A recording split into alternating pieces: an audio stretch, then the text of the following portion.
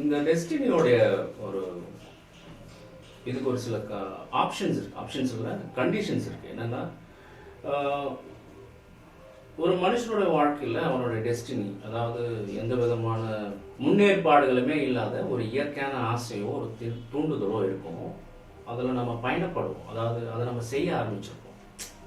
ஒரு ஸ்போர்ட்டோ இல்லை ஒரு ஒரு படிப்பு, அதாவது ஒரு டாக்டரோ இல்லை வேறு ஏதாவது ஒரு ஐஐடியில் ஏதாவது ஒரு டிகிரியோ, அதாவது அதுக்கான முன்முயற்சியோ இல்லை அதுக்குள்ளவோ அதுக்கான ஒரு முயற்சியில் நம்ம இருப்போம். ஸோ இல்லை ஒரு கிரிக்கெட் ஸ்போர்ட்ஸ்மேனாவோ இல்லை ஒரு பொலிட்டிஷியனாவோ ஆக்டராகவோ இல்லை ரைட்டராகவோ இல்லை ஒரு விவசாயியாகவோ. சில விவசாயிகளை பார்த்தீங்கன்னா சாதாரணமாக நிலம் இல்லாமல் இருப்பாங்க. அவங்களுக்குள்ள இருக்கிற ஒரு விதமான இன்னோவேஷன்ஸ் இருக்கும், ஒரு விதமான உழைப்பு வித்தியாசமான உழைப்புகள் இருக்கும். அதை வச்சு அவங்க பிற்காலத்தில் நிறைய லாபங்கள் சம்பாதிச்சு அவங்க நில உடைமையாளராகவே லேண்ட் ஓனராகவே மாறி இருப்பாங்க கொஞ்ச நாள் கழிச்சு, கொஞ்சம் வருஷங்கள் கழிச்சு. அது எல்லாமே இந்த டெஸ்டினி, அவங்களுக்குள்ள இருக்கிற அந்த பவர், அந்த ஸ்பிரிட்குள்ள இருக்கிற பவர், மனசை உந்தி அந்த பெர்மனண்டான ஒரு ஒரு பவர் அவங்கள உந்தி தள்ளி அதை அவங்க ரொம்ப நாள் செஞ்சு அந்த அந்த அந்த பாத்துக்குள்ளவே, அந்த பாதைக்குள்ளவே அவங்க போய் டிராவல் பண்ணி எல்லா கஷ்ட நஷ்டங்களையும் தாங்கி அந்த ஒரு ஜோஷ், அந்த ஒரு ஒரு விருப்பத்தின் பேரில் அவங்க செயல்பட்டு சாதிச்ச நிறைய விஷயங்கள் இருக்கும். இது கொஞ்சம் விவரம் தெரிஞ்ச பிற்பாடு என்னன்னு கேட்டிங்கன்னா, மெச்சூரிட்டி அது வந்ததுக்கப்புறம் அதை புரிஞ்சுக்கிட்டா மற்ற எல்லாத்தையுமே தள்ளிடலாம். பட் இதை ஸ்டார்ட் பண்ணும்போது வாலிப வயசுன்னு ஒன்று வரும்.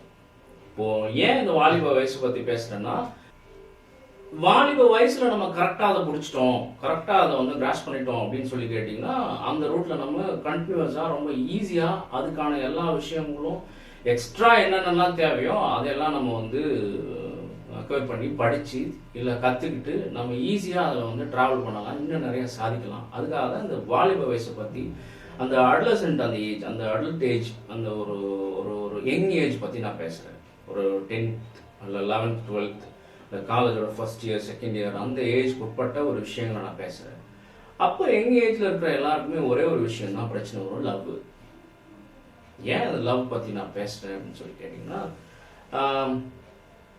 இயற்கையாகவே ஒரு 13-14 வயசுக்கு அப்புறம், ஒரு 15 வயசுக்கு அப்புறம் மனுஷனுக்குள்ள ஒரு அந்த ரீப்ரொடக்ஷன் சிஸ்டம் இருக்கு இல்லையா, இந்த இனப்பெருக்கத்தின் தன்மை, அதுக்கான மாற்றங்கள் உண்டாகும். புதுசான ஒரு ஒரு என்சைம்ஸ் அது சுரக்க ஆரம்பிக்கும். அது சயின்டிஃபிக்காக சொல்லும்போது இப்படி சொல்லணும், இனப்பெருக்கத்தின் தன்மையினால ஒரு ஒரு ஒரு விஷயம் இருக்கும் உடம்புல. அது என்ன ஆகும்னு கேட்டால், ஆப்போசிட் செக்ஸ், அதாவது எதிர்பாலினத்தை சூஸ் பண்ண சொல்லி ஒரு ஃபீல் நமக்கு கொடுக்கும். அது இயற்கையாக நடக்கிற ஒரு மாற்றம் தான். அதை சரியாக புரிஞ்சுக்கணும். அதை சரியாக நம்ம என்ன பண்ணலாம்னா, ஒரு ஒரு சரியான ஒரு ஒரு விஷயத்தை புரிஞ்சுக்கிட்டு சரியான பாதைக்குள்ளே நம்ம அதை கொண்டு போகலாம். அது ஒரு ஏஜ்க்கு அப்புறம் இது இந்த ஃபீல் தான், இது ஒரு இதெல்லாம் சாதிச்சு முடிச்சுட்டு, இதெல்லாம் இந்த படிப்பை முடிச்சுட்டு, அதுக்கப்புறம் ஒரு வேலையை முடிச்சுட்டு, அதுக்கப்புறம் இதை பண்ணலாம் அப்படின்னு சொல்லி நமக்குள்ள ஒரு எண்ணம் இருந்தால் ஈஸியாக அந்த ஃபீலை புரிஞ்சுக்கலாம். இது நமக்குள்ளே நடக்கிற ஒரு பயாலஜிக்கல் சேஞ்ச், இதை நம்ம சரியாக புரிஞ்சுக்கணும் அப்படின்னு சொல்லி புரிஞ்சுக்கிட்டு அதுலேருந்து எட்ட வந்துடலாம். அதே மாதிரி இன்னொரு விஷயம் இருக்கும், அதாவது வயிற்றுக்கு பசிக்கிற மாதிரி 3 வேளை மனுஷன் சாப்பிடணும். ஒரு வேளை சாப்பிட்டாலும் மறு வேளை அது செரிச்சு திரும்ப பசிக்கும். சாப்பிட்டுக்கிட்டே தான் இருக்கணும், 3 வேளையும் சாப்பிடணும், தூங்கி எந்திரிச்சு திரும்ப காலையிலையும் சாப்பிடணும். நேரத்துக்கு பசி இருக்கிற மாதிரி உடம்புக்கு ஒரு பசி இருக்கும். அது ஒரு விதமான ஒரு நேச்சுரலான ஒரு நீட் தான், உடம்புக்கான ஒரு பிசிக்கல் நீட் தான் அது. அதை நம்ம சரியாக புரிஞ்சுக்கணும். அந்த ரெண்டு காரணங்களால இந்த ஃபீல் அதிகமாக வந்துக்கிட்டே இருக்கும் அந்த வயசில். ஒன்று, அந்த வயசில் புதுசான மாற்றம் நடக்குது, பயாலஜிக்கல் சேஞ்ச் நடக்கிறதுனால என்ன ஆகும்னு சொல்லி கேட்டிங்கன்னா, அந்த விஷயம் இருக்கும், அது தேவைப்படும். ரெண்டாவது உடம்புக்கு வயிற்றுக்கு பசிக்கிற மாதிரி இந்த பசி, உடல் பசி இது இருக்கும். இந்த 2 விஷயமும் என்ன ஆகும்னு சொல்லி கேட்டிங்கன்னா, இதை புதுசா முன்ன பின்ன பார்க்காததுனால இது ஏதோ ஒரு ஒரு புதுமையான இதை டச் பண்ணியே ஆகணும் இந்த விஷயத்த அப்படின்னு சொல்லி ஒரு ஃபீல் அந்த யங் ஏஜ்ல இருக்கிற எல்லா ஆண் பெண்ணுக்குமே இளம் வயதுல இது வரக்கூடிய ஒரு விஷயம் தான். இது என்ன ஆகும் அப்படின்னு சொல்லி கேட்டா, இது முறையா இதை பத்தின ஒரு ஒரு படிப்பினைகள், ஒரு டீச்சிங் இல்லாதனால, இதன் உண்மையை சொல்லாதனாலனா மனுஷன் அந்த ட்ராக்குள்ள போக ஆரம்பிச்சிருவான்.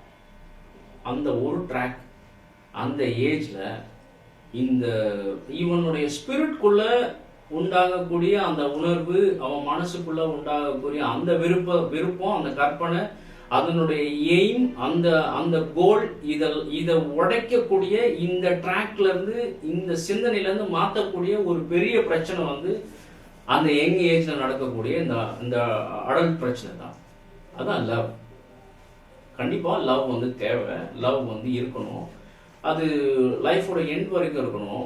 நம்மளுடைய பேர் யாரும் முறையான வயசுல முறையான கல்யாணம் பண்ணிக்கிட்டதுக்கு அப்புறம் அவங்க மேல அந்த ஃபீல் இருக்கணும், கண்டிப்பா இருக்கணும். அந்த அவங்க அந்த அந்த உறவுக்குள்ளான உண்மை, அதுக்குள்ளான ஒரு கரிசனை, நேர்மை, இதெல்லாம் வந்து தனியா இருக்கணும், அது தேவை. பட் இதை வந்து ஒரு ஒரு கண்ட்ரோலுக்குள்ள, ஒரு ஒரு ஒரு ஒரு சரியான ஒரு ப்ராம்ப்டான ஒரு ஒரு ஒரு வழிக்குள்ள, ஒரு அமைப்புக்குள்ள, எண்ணத்துக்குள்ள நம்ம புரிஞ்சுக்கிட்டு என்ன பண்ணணும்னா, அந்த தாட் விட்டு வெளியில வந்துடணும். கொஞ்ச நாள் இது வேண்டாம், இந்த இந்த இந்த நாட்களுக்குள்ள நமக்கு உண்டாகக்கூடிய இந்த டிசையர்ஸ் வந்து இது தேவையில்லாதது அப்படின்றத சரியா புரிஞ்சுக்கணும். எப்படி புரிஞ்சுக்க முடியும்? இந்த உண்மையை தெரிஞ்சுக்கிறது தான். பயாலஜிக்கலா உடம்புல நடக்கிற சேஞ்ச், அப்புறம் வந்து உடல் வயிற்றுல பசி எடுக்கிற மாதிரி, உணவு பசி மாதிரி உடல் ரீதியான ஒரு பசி, இது ரெண்டுத்தையுமே ஹேண்டில் பண்ணிக்கணும். எப்படி ஹேண்டில் பண்ணலாம் அப்படின்னு சொல்லி கேட்டால் நிறைய மெத்தட்ஸ் இருக்கு, நிறைய விஷயங்கள்னால அதை நம்ம ஹேண்டில் பண்ணிக்கலாம். சில பேர் வந்து மெடிடேஷன் பண்ணுவாங்க, சில பேர் ஸ்பிரிச்சுவலான விஷயத்தை எடுத்துப்பாங்க, சில பேர் வந்து இதை வேற விதத்தில் எப்படின்னு கேட்டிங்கன்னா, ஒன்றும் இல்லை. இப்போது சிட்டி சைடில் நான் நிறைய பேர் பசங்களை பார்த்துருக்கேன். அந்த ஏஜில் படிக்கணும், இல்லை ஒரு ஸ்போர்ட்ஸ் பிளேயர் ஆகணும், இல்லை வேற ஏதாவது ஒரு ட்ராக் செட் பண்ணாங்கன்னா அது எவ்வளோ வந்து ஆழமாக, கஷ்டமாக இருந்தாலும் எவ்வளோ ஆழமாக தெரிஞ்சுக்கணுமோ அவ்வளோ ஆழமாக தெரிஞ்சுப்பாங்க. தெரிஞ்சுக்கிட்டு அதை ரொம்ப ஈஸியாக ஹேண்டில் பண்ணுவாங்க. இப்போ படிக்கணும் அப்படின்னா கடகடன்னு படிப்பாங்க. ஏன் அப்படின்னு சொல்லி கேட்டால், அந்த ஆரம்பத்திலே அவங்க ரொம்ப கஷ்டப்பட்டு அதிக நேரங்களை செலவு பண்ணி ஸ்ட்ரெஸ் ஆனாலும் பரவாயில்லை அப்படின்னு சொல்லி அவங்க அந்த மேக்ஸையோ சயின்ஸையோ வாட் எவர் அதை வந்து ரொம்ப ஆழமாக முழுசாக கற்றுப்பாங்க. அதோட பேசிக்ஸ்லேருந்து அதோட எல்லா டாப் லெவல் வரைக்கும் முழுசாக கற்றுப்பாங்க. கற்றுக்கிட்டதுக்கு அப்புறம், அதாவது இப்போ ஒரு கார் ஒருத்தன் ஓட்ட கற்றுக்கிறான், ஆரம்பத்தில் இருக்க மாதிரி இருக்காது, நாளடைவில் அவன் காரில் வந்து ஸ்கிட் அடிக்கிற அளவுக்கு போயிடும். ஸோ அந்த மாதிரி ஈஸியாக ஹேண்டில் பண்ணுவான். ஆரம்பத்தில் காரை ரொம்ப கவனமாக ஓட்டுவோம், அதுக்கப்புறம் மொபைல் பேசிக்கிட்டு இல்லை வந்து வேறு ஏதாவது ஃப்ரெண்ட்ஸை கூட வச்சுக்கிட்டு ஜாலி பண்ணிட்டு கூட நம்ம கார் ஓட்டுவோம். கார் ஓட்டுறது ரொம்ப ஈஸியான ஒரு விஷயமா இருக்கும். 10 வேலையில் அது ஒரு வேலையாக அதை செஞ்சுக்கிட்டே மற்ற வேலையை செய்வோம். அதே மாதிரி கற்றுக்கும் போதே எல்லாத்தையுமே ரொம்ப ஈஸியாக கற்றுக்கும் போது அவங்க இன்ஜினியரிங் காலேஜோ இல்லை மெடிக்கல் காலேஜோ போகும்போது ரொம்ப ஈஸியாக அதை படிச்சிருவான். ஸோ இந்த ஏஜ்ல அந்த டிசையர், அந்த கோல், இதுலலாம் வந்து அவன் ட்ராக் மாறவே முடியாது. ஏன் அப்படின்னு சொல்லி கேட்டா, நம்ம ஆரம்பத்தில் ஒரு விஷயத்த கற்றுப்போம், நாளடைவில் அதில் எக்ஸ்பர்டைஸ் ஆகிட்டோம் அப்படின்னு சொல்லி கேட்டால் படிக்கிறது ரொம்ப ஈஸி. இல்லை வேற எந்த ஆக்டிவிட்டி, இல்லை ஸ்போர்ட்டோ, இல்லை வந்து வேற ஏதாவது ஒரு பொலிட்டிக்கல் லைனோ, இல்லை ரைட்டிங்கோ, எதுவோ எந்த ஃபீல்டாக இருந்தாலுமே அந்த ஃபீல்டு வந்து ரொம்ப ஈஸியாகிடும் நமக்கு. அப்போ இந்த மாதிரியான அட்லசன் பிரச்சனை, இந்த மாதிரியான லவ் இந்த மாதிரியான விஷயம் வந்தாலுமே அது எந்த விதமான பெரிய இம்பாக்டும் கொடுத்துட முடியாது. அப்படியே அது மன அளவில் பெரிய மாற்றங்களை உண்டாக்குனாலும் நம்ம ஈஸியா என்ன செய்யணுமோ, நமக்குள்ள கடவுள் வச்ச நம்ம ஸ்பிரிட்குள்ள நம்ம பிறக்கும் போதே எழுதப்பட்ட அந்த டிசைர் இருக்கு இல்லையா, அந்த ஃபீல் இருக்கு இல்லையா, அந்த எண்ணம், அந்த ட்ராக்கு, அந்த விதமான பிசிக்கல் ஆக்டிவிட்டி, நம்ம போற கோல், அதை வந்து எந்த விதத்திலுமே இந்த லவ் ஆஃப் விஷயத்தினால வந்து டாமினேட் பண்ண முடியாது. லவ்ல இருக்கேன், அதனால வந்து என் படிப்பை நான் விட்டுட்டேன், இல்லை வந்து என்னோட கெரியரை நான் விட்டுட்டேன், இல்லை என்னுடைய என்னுடைய என்னுடைய பாத் எதுவோ, என்னுடைய கோல், என்னுடைய டிசைர் எதுவோ அதை நான் விட்டுட்டேன்னு சொல்ல முடியாது.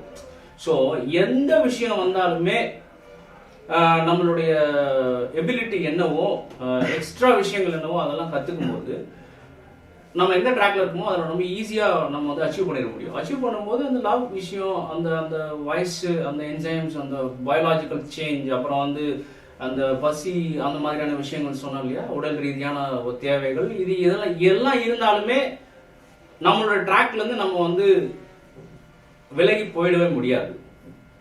அப்படியே இது வந்து நீங்கள் சொல்லலாம், இந்த மாதிரி சொன்னாலுமே மன ரீதியான விஷயமாச்சே, இது மனசில் வந்து ஆக்கிரமிச்சிடும், இது மனசில் நமக்கு பிரச்சனையை உண்டு பண்ணுமேன்னு யங்ஸ்டர்ஸ் சொல்லும்போது கண்டிப்பாக ஒத்துக்கிறேன். அதாவது என்னன்னு கேட்டிங்கன்னா, இது வந்து ஒரு உடலியல் சார்ந்த விஷயம் மட்டும் கிடையாது. உடம்புக்கு ஒரு தேவை இருக்குது, என்ஜைம்ஸில் நிறையா பயாலஜிக்கல் சேஞ்சஸ் இருக்குது. இதெல்லாம் இருந்தாலுமே எந்த விஷயத்தை நம்ம அளவுக்கு அதிகமாக யோசிக்கிறோமோ, எந்த விஷயம் நம்மளை அதிகமாக ஈர்க்குதோ, அது மனசுக்கு போயிட்டு ஆழ் மனசை முழுசாக நிரப்பிடும். அப்போ ஆழ் மனசை முழுசாக நிரப்பினதுக்கு அப்புறம் ஆழ் மனசுக்கு போன அந்த விஷயம் நம்ம வாழ்க்கையின் ஒரு பகுதியாகவே மாறும். அது நான் இல்லைன்னு சொல்ல வரல. நம்மளோட லைஃப்பில் இது என்னை விட்டு போகவே போகாது அப்படின்ற அளவுக்கு நம்மளோட ஆழ் மனசுல அது நிரம்பிடும். அது நம்மளுடைய எமோஷன்ஸ், அந்த உணர்ச்சிகளை கட்டுப்படுத்தும். அது நம்மளுடைய சுயசித்தத்தையே மாற்றும். நம்மளோட கேரியர்ல இருந்தே இந்த லவ்க்காக நம்ம இதை விட்டுருவோம், இல்லை இந்த விஷயத்துக்காக நம்ம இதை விட்டுருவோம் அப்படின்னு போற அளவுக்கு அது நம்மளை இன்ஃப்ளூயன்ஸ் பண்ணுங்கிறது உண்மைதான். மனசாட்சியிலே கொஞ்சம் டச் பண்ற அளவுக்கு இந்த விஷயம் ரொம்ப சென்சிட்டிவான விஷயம் தான். ஆனால் ஆழ் மனசுல ரொம்ப ஆழமா போன அந்த விஷயத்தை வெளியில எடுக்கணும். வெளியில எடுத்துட்டா ஒரு மனுஷன் ஃப்ரீ ஆயிடுவான். அதாவது ஒருத்தவனுடைய ஆழ் மனசுல என்ன இருக்கோ அவன் தான் அந்த மனுஷன். ஒருத்தவன் பேரை சொல்றோம், இப்ப ஹரிஷோ இல்ல வந்து ராகேஷோ, யாரோ ஒரு பேர் ஒருத்தவனை சொல்றோம் அப்படின்னு சொல்லி கேட்டா அவன் யார் அப்படின்னா, அவனுடைய ஆழ் மனசுல என்னென்னலாம் நிரம்பி இருக்கோ அதுதான் அவன். அந்த ஆழ் மனசுல மாற்றங்கள் வரும்போது ஒரு மனுஷன் மாறிட்டான் அப்படின்வாங்க. இவன் என்னடா இப்படி இருந்தான் இப்படி ஆயிட்டான் அப்படின்னு சொல்லுவாங்க இல்லையா. ஸோ அந்த சேஞ்சஸ்லாம் அதில் தான் நடக்கும். ஒருத்தனுடைய ஆழ் மனசுல இருக்கிற எல்லா விஷயங்களையும் எடுத்து அதை நம்ம கிளென்ஸ் பண்ணவும் முடியும், திரும்ப புதுசாக ஃபில் பண்ணவும் முடியும். இது எப்படி அப்படின்னு சொல்லி கேட்டிங்கன்னா, மனம் வந்து ஒரு அலை ரீதியான ஒரு விஷயம். ஒரு ஆத்மா வந்து ஒரு அலை வடிவத்தில் இருக்கிற, ஒரு ஆவி வடிவத்தில் இருக்கிற ஒரு விஷயம். ஸோ இது எதனால நிரம்புது அப்படின்னு சொல்லி கேட்டா, ஐம்புலன்கள், அதாவது கண்ணு, காது, இந்த உணர்வுகள், இது நம்ம பார்க்கறது, இது எல்லாமே வந்து இன்புட்ஸ் வந்து நம்மளோட மனசுக்கு இந்த புலன்கள் உள்ள கொடுத்துரும். இப்போ நம்ம கேட்கறது, நம்ம பார்க்கறது, நம்ம பேசுறது, இது எல்லாமே திரும்ப நம்மளோட மனசுக்குள்ள தான் போகும். எதை ரொம்ப ஆழமா பேசுறோமோ அது நம்மளுடைய ஆழ் மனசுக்குள்ள போயிடும். இப்போ சின்ன வயசுல டேபிள்ஸ் படிச்சிருப்போம், வாய்ப்பாடு படிப்போம். ஆரம்பத்தில் நமக்கு தெரியாது, பட் இப்போ கேட்டால் அதை சொல்லுவோம். எல்லா டேபிள்ஸுமே நம்ம சொல்லுவோம். ஏன்னா அது நம்மளுடைய ஆழ் மனசுல இன்னமும் இருக்கு. ஸோ அதே மாதிரி எதை அதிகமாக நம்ம பார்க்குறோம், பேசுகிறோம், எது அதிகமாக நமக்குள்ள போகுதோ அது நம்மளுடைய ஆழ் மனசுல நம்மளோட பகுதியாக மாறிடும். அது எப்படின்னா, எண்ணத்தின் வடிவில் தான் அது இருக்கும் நமக்குள்ள. நம்ம கேட்கறது ஒரு எண்ணமாக ஸ்டோர் ஆகிடும், நம்ம பார்க்கறது ஒரு எண்ணமாக ஸ்டோர் ஆகிடும், நம்ம பேசுறதே திரும்ப நமக்குள்ள எண்ணமா ஸ்டோர் ஆயிடும். எண்ணம், அந்த எண்ணத்தை நம்ம புதுசா மாற்றணும், இல்லை இருக்கிறத வெளியில எடுக்கணும். ஸோ அதை என்ன செய்யணும் அப்படின்னு சொல்லி கேட்டா, புதிய எண்ணங்களால நம்ம மனசை நிரப்பணும். மனசு புதுசாயிடுச்சுன்னா நம்ம வந்து வேற ஒரு மனுஷனா மாறிடலாம். ஒரு டிரான்ஸ்ஃபர்மேஷன் இருக்கும், ஒரு மாற்றப்பட்ட ஒரு புது மனுஷனாவே மாறிடலாம். அப்ப லவ்க்குள்ள இருக்கிறவன், இந்த எதுவோ அந்த கெரியருக்குள்ள இருக்கிறவன், ஏதோ ஒரு விஷயத்துல ஒரு அடிக்ஷன்ல இருக்கிறவன், எல்லாருமே என்ன பண்ணுவான் அப்படின்னு சொல்லி கேட்டா, அவனோட ஆழ் மனசுல இருக்கிற எண்ணங்களை வெளியில எடுத்துட்டா, இல்ல புதிய எண்ணங்களை உள்ளுக்குள்ள வச்சுட்டா, அந்த புது மனுஷனா அந்த புது டைரக்ஷன்ல அவன் போக ஆரம்பிச்சிருவோம். மனசுல என்ன விதமா, எப்படி மனசுக்குள்ள ஒரு புது எண்ணங்களை உண்டு பண்ண முடியும்னா, ஒரே ஒரு வழிதான், வேற வழியே கிடையாது. புதுசான வார்த்தைகளை நம்ம வந்து எப்படி சொல்லி கேட்டா கன்ஃபஸ் பண்ணணும். அதாவது வந்து நான் இப்படியே போனா நான் வீணா போயிடுவேன் மச்சான், எனக்கு தெரியுது, நான் இப்படியே போனா நான் இப்படியே அவ்வளோதான் அவுட்டு, அவ்வளோதான், நான் வந்து டவுன் ஆகிடுவேன், நான் வந்து இல்லாமல் போயிடுவேன் அப்படின்னு வந்து ஒரு நேச்சுரலாக நடக்கிற விஷயங்களை வச்சு நம்ம பேசும்போது அந்த எண்ணங்கள் நம்ம ஆழ் மனசுக்கு போய் சுத்தமாக நம்மளை டவுன் ஆகிடும். அது ரியாலிட்டியாக நாளைக்கு மாறிடும், நம்ம ஒன்றும் இல்லாமல் போயிடும்.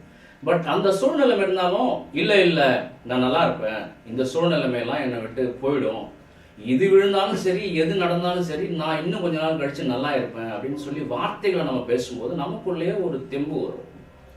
ஸோ நீங்கள் உங்களுடைய கான்ஃபிடன்ஸ் வச்சு உங்கள் கையில் என்ன இருக்கு என்ன இல்லை, 50% சான்ஸ் இருக்கு அப்படின்னும் போது 50% நீங்கள் தோற்று போனாலுமே இல்லை நான் நல்லா இருப்பேன்னு ஒரு ஃபீல் வரும் உங்களுக்கு. பட் அது வந்து 30-20-10ன்னு போகும்போது இல்லை இதுக்கு மேலே நான் தோத்து போயிடுவேன் அப்படின்னு சொல்லி நம்ம வந்து கையில் இருக்கிறத வச்சு பேசுறதுக்கு பேர் டிபெண்ட் அப்பான் த கான்ஃபிடன்ஸ். உங்க கையில என்ன இருக்கோ அதை வச்சு பேசுறதுக்கு பேரு கான்ஃபிடன்ஸ். இது இல்லாம எந்த சாத்தியக்கூறுகளுமே கிடையாது, கையில எதுவுமே இல்ல, நடக்கிறதுக்கு வாய்ப்பே இல்லை, ஆனாலும் நான் கற்பனை பண்ணி வச்சிருக்கேன், நான் இப்படிதான் இருப்பேன் அப்படின்னு சொல்லி ஒரு விஷயத்தை யோசிக்கிறதுக்கு பேர் தான் ஃபெய்த். நீ பார்க்கல, ஆனா அது இருக்குன்னு நம்புற, நீ நம்புற இல்லையா, அதுல நீ ரொம்ப ஸ்ட்ராங்கா இருக்க, அதுக்கு பேர் தான் ஃபெய்த். இந்த ஃபெய்த் வந்து நம்ம வளர்த்துக்கணும். இல்ல இல்ல நான் நல்லா இருப்பேன் அப்படின்னு சொல்லி வளர்க்கறது எப்படி வளர்க்க முடியும்னா, வெளியில இருந்து பார்க்குற விஷயங்கள் நம்ம மனசை அழுத்தும், கீழே தள்ளும். நம்ம என்ன பண்ணணும், பார்க்காத அந்த விஷயத்தை பத்தி பேசணும். நான் நல்லா இருப்பேன் பேசணும், பேசி கன்ஃபஸ் பண்ணணும்.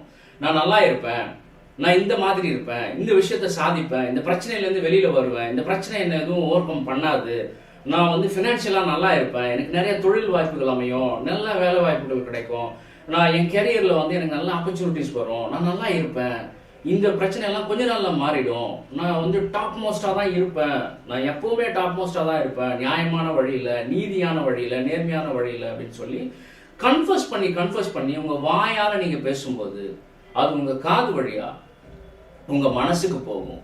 உங்க மனசுக்கு போய் நீங்க எந்த விதமான தோல்வியின் எண்ணங்கள்ல இருந்தாலும், எந்த விதமான அடிக்ஷனான ஒரு எண்ணத்துல இருந்தாலும், எந்த விதமான ஒரு ஃபீல்ஃபுல்லான எமோஷனலான ஒரு ஒரு ஒரு பிரச்சனையில இருந்தாலும், ஒரு ஒரு பாண்ட்ல இருந்தாலுமே அந்த எண்ணங்களை நீங்க பேசுற இந்த விஷயம் உடைக்கும். அதாவது நீ விழுந்து போயிடுவேன்னு தெரியும், ஒரு விஷயத்தை நீ எதிர்பார்த்துட்டு இருக்க, நடக்கல, அப்ப சீஃப் மினிஸ்டர் ஒருத்தர் வராரு, நீ கவலைப்படாதப்பா இந்த விஷயத்த நான் உனக்கு போட்டு தரேன் அப்படின்னு சொன்னா நீங்க நம்புவீங்களா? நம்ப மாட்டீங்களா? கண்டிப்பா நம்புவீங்க. ஏன்னா சீஃப் மினிஸ்டர், கவர்மெண்ட் அவர் கையில இருக்கு, லீகலா எனக்கு இதை தர முடியும், அப்ப இது எனக்கு கிடைச்சிரும். அவருடைய வார்த்தை, அவர் யார் அப்படின்ற ஒரு உணர்வு, ரெண்டாவது அவருடைய வார்த்தை உங்க காதுக்குள்ள உங்க மனசுக்கு போயிடுச்சு. போகும்போது உங்களுக்கு பழைய தோல்வியின் எண்ணங்கள், நீங்க கெஸ் பண்ணி வச்சிருந்தீங்க தோத்து போயிடுவோன்ற எண்ணங்கள்லாம் வெளியில போகும்போது, கையில கிடைக்கல, ஒருத்தர் வந்து சொல்லும் போது உங்களுக்கு நம்பிக்கை வந்துடும், நான் ஜெயிச்சிருவேன், இந்த விஷயம் எடுத்து நான் சாதிச்சிருவேன், இது எனக்கு கிடைச்சிரும் அப்படின்னு சொல்லி. அதே போலதான் நான் என்ன சொல்றேன்னா, சீஃப் மினிஸ்டர் வரலனாலும் சொல்லலனாலும் இயற்கைக்கு அப்பாற்பட்ட ஒரு விஷயத்துல உங்களுக்குன்னு நீங்க பிறந்த உடனே கடவுள் ஒரு டெஸ்டினி வச்சுட்டாரு, எழுதிட்டாரு, அது உங்க ஸ்பிரிட்ல இருக்கு. அந்த ஸ்பிரிட்ல இருந்து ஒரு பவர் வந்து உங்க மனசு அந்த டைரக்ஷன் நோக்கி போயிட்டே இருக்கு. நீங்க அதில் போயிட்டு இருக்கீங்க, இவ்வளவு நாள் சாதிச்சிருக்கீங்க. அப்ப இனிமேலும் நான் அந்த பேஸ்ல சாதிப்பேன், அந்த விஷயத்துல சாதிப்பேன், நான் நல்லா இருப்பேன், நான் வந்து மேல வருவேன், எனக்கு எந்த பிரச்சனையும் இல்லை, எனக்கு எந்த எமோஷனலான ப்ராப்ளமும் கிடையாது, எது என்ன விட்டு போனாலும் நான் நல்லா இருப்பேன், நான் ரொம்ப ஸ்ட்ராங்கா இருப்பேன், நான் வந்து ரொம்ப உறுதியா இருப்பேன் அப்படின்னு சொல்லி நீங்க உங்க வாயால பேசும்போது, நீங்க எந்த விஷயத்தை ஜெயிக்கணும்னு நினைச்சாலும், எந்த விஷயத்துல மேல வரணும்னு நினைச்சாலும், நீங்க அதை கன்ஃபர்ஸ் பண்ணி உங்க காதால உங்க மனசை நிரப்பிக்கிட்டு, உங்க காது வழியா அந்த வார்த்தைகள் உங்க மனசை நிரப்பிக்கிட்டே இருக்கணும். மனது நிரம்பினதுக்கு அப்புறம் உங்க ஆழ் மனசுக்குள்ள போக ஆரம்பிச்சு அந்த எண்ணங்கள் உங்க ஆழ் மனசு நிரப்ப ஆரம்பிச்சு. அப்ப ஆழ் மனசு முழுசும் ஒரு பொண்ணு நிரப்பி வச்சிருக்கா, இல்ல ஒரு பையன் நிரப்பி வச்சிருக்கான், இல்ல ஏதோ ஒரு ஃபீல்ஃபுல்லான விஷயம் உங்களை நிரப்பி வச்சிருக்கு, அது லவ்வோ இல்ல வேற ஏதோ ஒரு பிரச்சனையோ, எதுவா இருந்தாலுமே உங்க மனசு வழியா உள்ள போய் உங்க ஆழ் மனசை நிரப்பி வச்சிருக்கு. அது உங்களுக்கு வலியை கொடுக்குது, அது உங்களுக்கு வேதனையை கொடுக்குது, அது ஒரு விதமான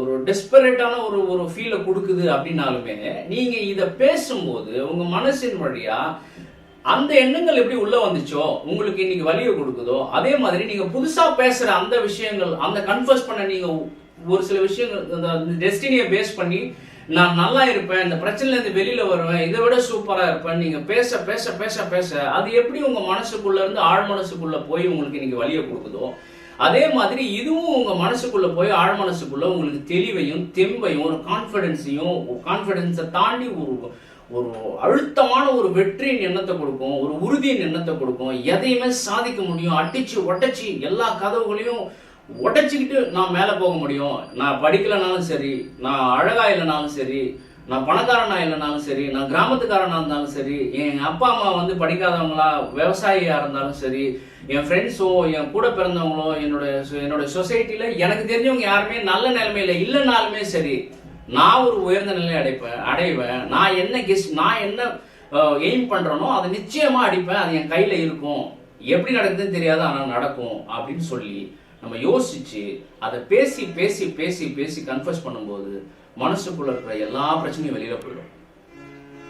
சோ இந்த டெஸ்டினியை அடையிறதுக்கு, இந்த வழிகள்ல போறதுக்கு இதுதான் வந்து செய்ய வேண்டிய ஒரே ஒரு விஷயம். இந்த ஒரு விஷயத்த கன்ஃபர்ஸ் பண்ணும்போது அந்த ஏஜ்ல இருக்கிற எல்லா பிரச்சனையும் உடச்சி தூக்கி எறிஞ்சிட்டு அழகா நம்ம என்ன எய்ம் பண்ணி வச்சிருக்கோமோ, எந்த கோலை செட் பண்ணிருக்கோமோ அந்த கோலை அடைய முடியும். உங்க மனசுக்குள்ள கான்ஃபிடன்ஸ் வரும்போது நீங்க என்ன பண்ணுவீங்கன்னா, அந்த எய்ம் அடையிறதுக்கு, அந்த கோல் அடையிறதுக்கு என்னென்னலாம் தேவையோ அதெல்லாம் ஈஸியா கத்துப்பீங்க. அதை ட்ரை பண்ணுவீங்க. அது ஓடி நாடி தேடி, அது உங்க உயரத்துக்கு எட்டாத விஷயமா இருந்தாலுமே அதை தேடி ஓடி நாடும்போது அங்க இருக்கிற சில சூழ்நிலை நிமித்தம் சில உதவி செய்யக்கூடிய ஒரு சில வாய்ப்புகளும் அங்க உண்டாகும். இயற்கைக்கு அப்பாற்பட்ட முறையில் சூப்பர் நேச்சுரலா. ஸோ அந்த விஷயங்களும் நம்ம கைக்கூடி வரும்போது நம்ம ஈஸியா அந்த விஷயத்தை அடைஞ்சிருப்போம். மனம் நிரம்பி லவ்னால இந்த ட்ராக்கை விட்டு வெளியில போகாமலும், ரெண்டாவது அந்த வலி வேதனைகள்ல இருந்து வெளியில வரவும், புதிய தெம்பு அடையிறதுக்கும் இதுதான் ஒரே வழி. கன்ஃபஸ் பண்ணுங்க. இது உங்களுக்கான டெஸ்டினி என்னவோ அதை விட்டுறவே கூடாது, விட்டுறாதீங்க. உங்களுக்கான ஃபீல் எதை கொடுத்துக்கிட்டே இருக்கோ அந்த டைரக்ஷன் நோக்கி போங்க. அந்த டைரக்ஷன் நோக்கி போகும்போது அதை எய்ம் செட் பண்ணுங்க. பிசிக்கலான அதை நீங்க கண்டுபிடிச்சிட்டீங்க, இதுதான் எனக்கு அப்படின்னு சொல்லி நீங்க கண்டுபிடிச்சிட்டீங்கன்னா அதில் எய்ம் செட், கோல் செட் பண்ணுங்க. அந்த கோலை செட் பண்ணுறதுக்கு ஆக்ஷன் பிளான் போடுங்க. இப்படிலாம் செஞ்சால் அதை அடைய முடியும்னு ஆக்ஷன் பிளான் போடுங்க. அதில் நடுவில் வர்ற இடர்பாடுகள், நடுவில் வர்ற எந்த விதமான இன்டர்ஃபரன்ஸாக இருந்தாலும் சரி, எந்த விதமான விஷயமா இருந்தாலும் சரி, இந்த எமோஷனலான பிளாக், லவ் அஃபேர்ஸ் மாதிரியான விஷயமா இருந்தாலும் சரி, ஒரே ஒரு விஷயம்தான். மனசுக்குள்ள உங்களை பிரச்சனை பண்ற விஷயத்த, எண்ணத்தின் வடிவில் வர்ற விஷயத்த நீங்க திரும்பவும் வார்த்தையினால அறிக்கையிடும் போது புதிய எண்ணங்களால உள்ள அனுப்பி மனசை நீங்க புதுப்பிச்சு தெம்பாக்கி ஃப்ரெஷ் ஆகி அந்த கோல் அடைஞ்சு அந்த டெஸ்டினிக்குள்ள போயிடணும். லவ் விஷயம் கிடையாது, மற்ற எந்த ஃபீல்ஃபுல் பாண்டேஜுமே விஷயமே கிடையாது, டார்கெட்டே கிடையாது நமக்கு. அதெல்லாம் டிசைரே கிடையாது, கோலே கிடையாது. நம்ம என்னவா பிறந்திருக்கோம், எதை அடைய பிறந்திருக்கோங்கிறது, அதை அடையிறது தான் நம்மளோட எய்மும் கோலும். ஸோ கன்ஃபஸ் பண்ணுங்க. உங்களோட டெஸ்டினி பிரகாரம் உங்களோட கோல் என்னவோ அதை அடையுங்க. இதான் ரூட். சரியா?